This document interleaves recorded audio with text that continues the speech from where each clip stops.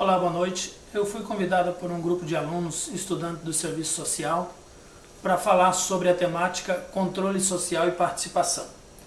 Para iniciar esse pequeno debate, a gente precisa lembrar que não existe controle social e participação se não houver descentralização e vice-versa. Ambas estão interligadas. A descentralização depende do controle social e da participação.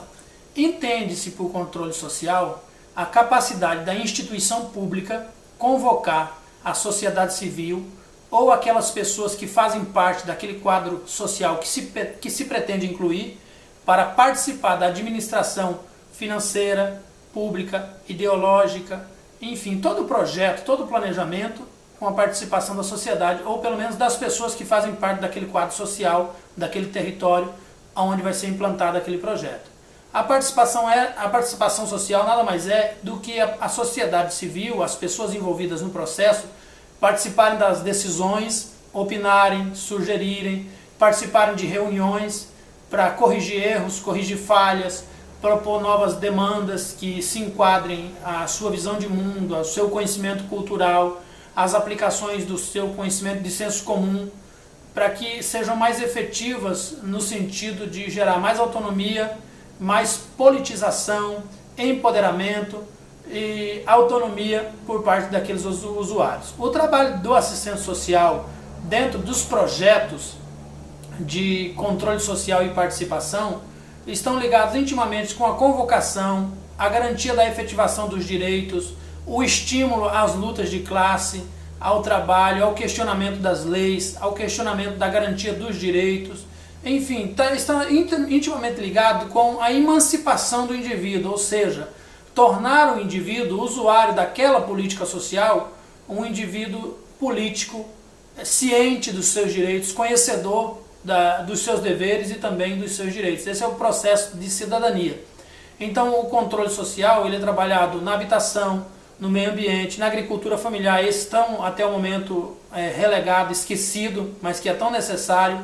A assistência social propriamente dita, na saúde, todos os conselhos municipais que trabalham, seja com qual for a política pública, há necessidade do controle social e da participação. Obviamente que nessa batalha entre a força e o poder, o Estado não deseja tanto que haja essa fiscalização, que haja essa participação direta da sociedade comum, então da sociedade civil. Então o assistente social está no meio desse antagonismo, dessa luta entre o capital e a força de trabalho, entre o capital e o trabalhador, entre o Estado e o usuário da política pública. Ele é o articulador, ele é o mediador para fazer acontecer o controle social. É ele quem vai convocar por meio de documentação, por meio de anúncio na mídia, por meio de panfletagem, por meio de anúncio em jornais, a população, a sociedade civil para participar. Normalmente é obrigatório que tenha pelo menos uma pessoa, mas outras pessoas também são necessárias. Em alguns casos, algumas políticas só aceitam que sejam participantes do controle social aqueles que serão beneficiários daquela política, mas a maioria delas aceita que qualquer pessoa possa fazer parte. O controle social e a participação é uma linguagem democrática, é o empoderamento do povo, é onde o povo governa. Não existe democracia sem controle social e sem participação, uma vez que a democracia é o poder do povo, emanado do povo, pelo povo e para o povo. Se eu quero falar em democracia, eu preciso abrir espaço para que o povo participe da política, para que o povo seja político e seja consciente, participante de forma ativa.